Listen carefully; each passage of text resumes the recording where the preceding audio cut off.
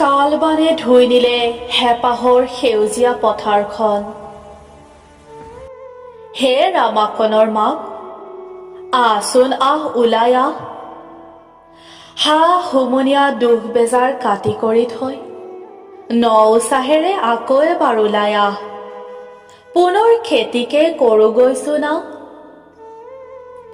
বানে কৰিলে সংহাৰ, এৰি থৈ গ'ল কৃষিভূমিত ৰসাল ডাঠ কোমল পলস।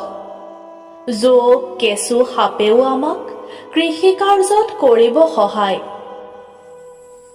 মিছা নকবা মাকণৰ মাক, এবিঘা মাটিকে জানো বিক্ৰী কৰি মাকণক পঢ়োৱা নাই BEd ডিগ্ৰী।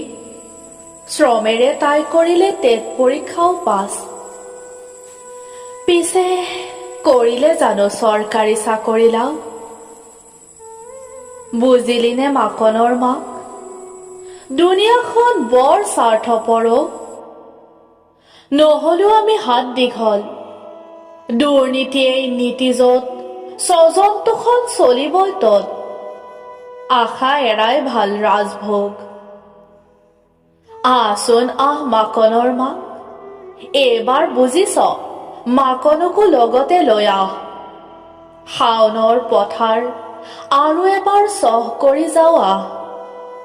উন্নত জাতৰ বীজ সিঁচি দেশ আৰু জাতিক যৎ কিঞ্চিত চহকী কৰোগৈ আহ।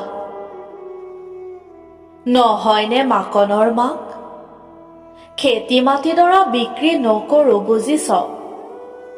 দেশ আৰু জাতিৰ এই দুৰ্দিনত সামাজিক দূৰত্ব বজাই ৰাখি খেতিকেই কৰোগৈ আহ।